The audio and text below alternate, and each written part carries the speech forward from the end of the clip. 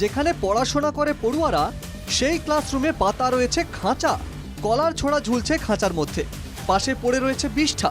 এই বিষ্ঠাই অতিষ্ঠ করে তুলেছে হাসনাবাদের নেতাজি বিদ্যাপীঠের পড়ুয়া ও শিক্ষকদের। শুধু শ্রেণীকক্ষ নয়, স্কুলের নেতাজি মূর্তির সামনে মাটিতেও গর্ত করেছে কোনো এক প্রাণী। রীতিমতো আতঙ্ক তৈরি হয়েছে স্কুলে। ক্লাসরুমে পশুর এই মলের জেরে ক্লাস করতে গিয়ে বিপাকে পড়ছে পড়ুয়া থেকে শিক্ষকরা।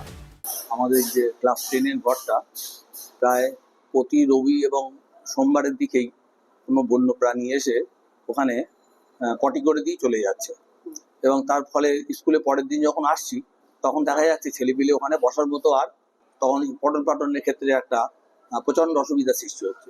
সমস্যা করছে, প্রায় 1 মাসের বেশি হয়ে গেল। আমাদের স্কুলের পঠন পাঠনে খুব সমস্যা হচ্ছে। এই বন্যপ্রাণী আমাদের বিভিন্ন ক্লাসে এসে সেকশনগুলোর মধ্যে ঢুকে রাতের বেলায় সে পটি করে দিয়ে যাচ্ছে। আমাদের স্কুলে কয়েকদিন ধরে একটা প্রাণী আসছে এবং সে আমাদের ক্লাসরুমটা নোংরা করছে, আর আমাদের পড়াশোনার অসুবিধা হচ্ছে। প্রাণীটা পরিষ্কার করা হচ্ছে, তাও প্রতিদিন এসে নোংরা করে যাচ্ছে। প্রায় মাসখানেক ধরে স্কুলের এই পরিস্থিতি। স্থানীয় বন দপ্তরের সঙ্গে যোগাযোগ করেছিল স্কুল কর্তৃপক্ষ। বন দপ্তর থেকে এই খাঁচা দেওয়া হয়েছে, যদিও খাঁচায় এখনো ধরা পড়েনি কৌতূহলী প্রাণী। অনুমান গন্ধগোকুল জাতীয় কোনো প্রাণী হতে পারে এটি।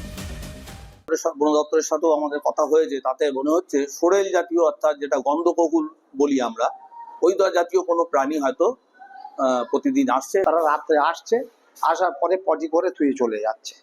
তার থেকে আমরা অনুমান করছি যে যেমন কথা কুকুর ঢুকলে কুকুরের পটির সঙ্গে পটির অনেকটা পার্থক্য আছে। তাতে বোঝা যাচ্ছে এটা কুকুর না, অন্য কোনো বন্য প্রাণী এখানে প্রবেশ করছে। বসিরহাট মহকুমার হাসনাবাদে নেতাজি বিদ্যাপীঠে এখন চর্চায় এই আবর্জনা। পাতা খাঁচায় কবে বাগে আসবে সেই কৌতূহলী প্রাণী? অপেক্ষায় পড়ুয়া থেকে শিক্ষকরা। বসিরহাট থেকে সঞ্জীব সরকারের রিপোর্ট, NKTV বাংলা।